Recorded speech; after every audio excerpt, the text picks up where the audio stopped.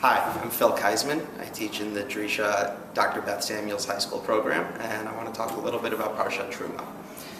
The bulk of Sefer Shemot consists of the instructions God gives Moshe for building the Mishkan. And the instructions are intricate, and the degree of detail and the length can make it really difficult to connect to this material, which runs from this week's Parsha all the way through the end of Shemot in Parashat Pekudei.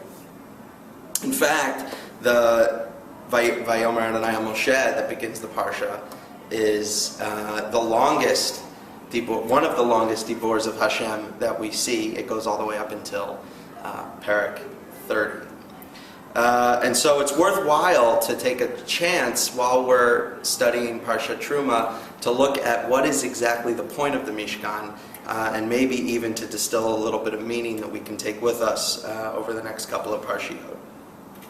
Of course, the meaning of the Mishkan to the religious life of the Jewish people is going to depend on how we think the Mishkan functions or functioned in the Midbar, and that is a matter of debate among many different approaches. So famously in the Parsha, right at the beginning almost, it says, "V'asuli mikdash v'shachanti betocham." God says, they will make me a sanctuary so that I will dwell among them.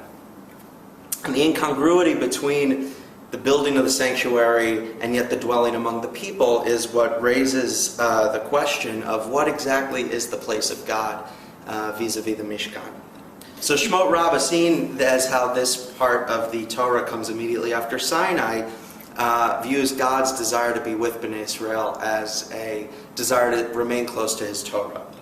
God says to Bnei Israel, this is Shemot Rabbah Lamed Bet Aleph, that I have sold you my Torah, and kiviyachol, if we could say it, I've even sold myself. Shenemar v'yichuli truma, which is the first commandment. It's that we are taking God as truma. In this version, God resides in the Mishkan itself.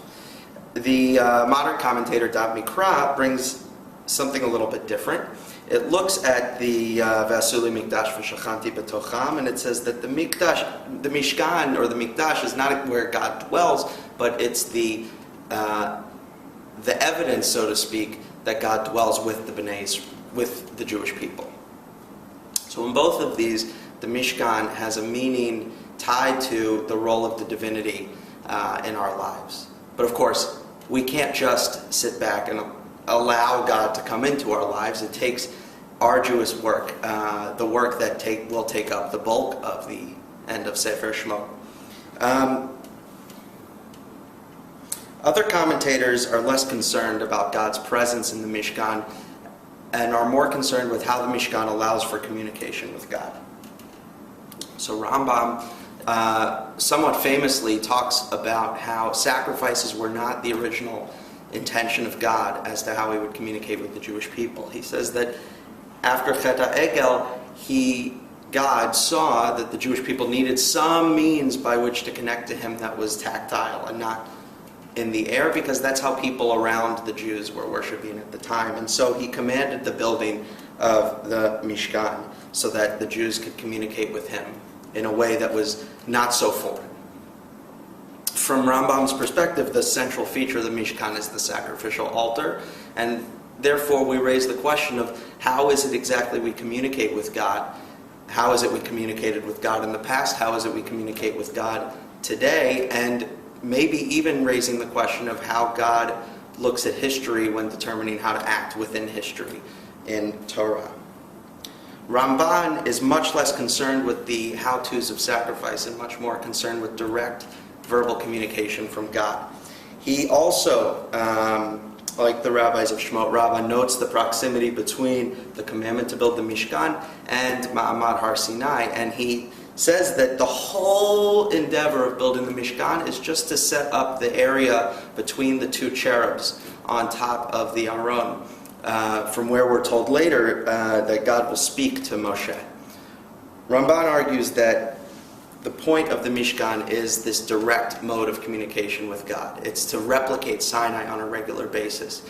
He notes that the same phrase used for God's presence, His kavod descending on Sinai, is also used at the end of Shemot for His presence descending on the Mishkan. on the Olam Moed within the Mishkan. And so for Ramban, unlike Rambam, communication with God can be direct, even after the moment of theophany is off the table. So, as you read through Sefer Shemot, the end of Sefer Shemot, in this week and the weeks to come, instead of getting caught up in the details of the measurements, the types of materials, the names of the architects, and so forth, use the Mishkan as an opportunity to explore the role of divinity in Jewish life, whether or not that's via how we communicate, or God's role in history, or whether or not Sinai was a one-time event or something continuing on in our lives. These are major themes in Jewish philosophy, and they all show up in the discussion of the Mishkan.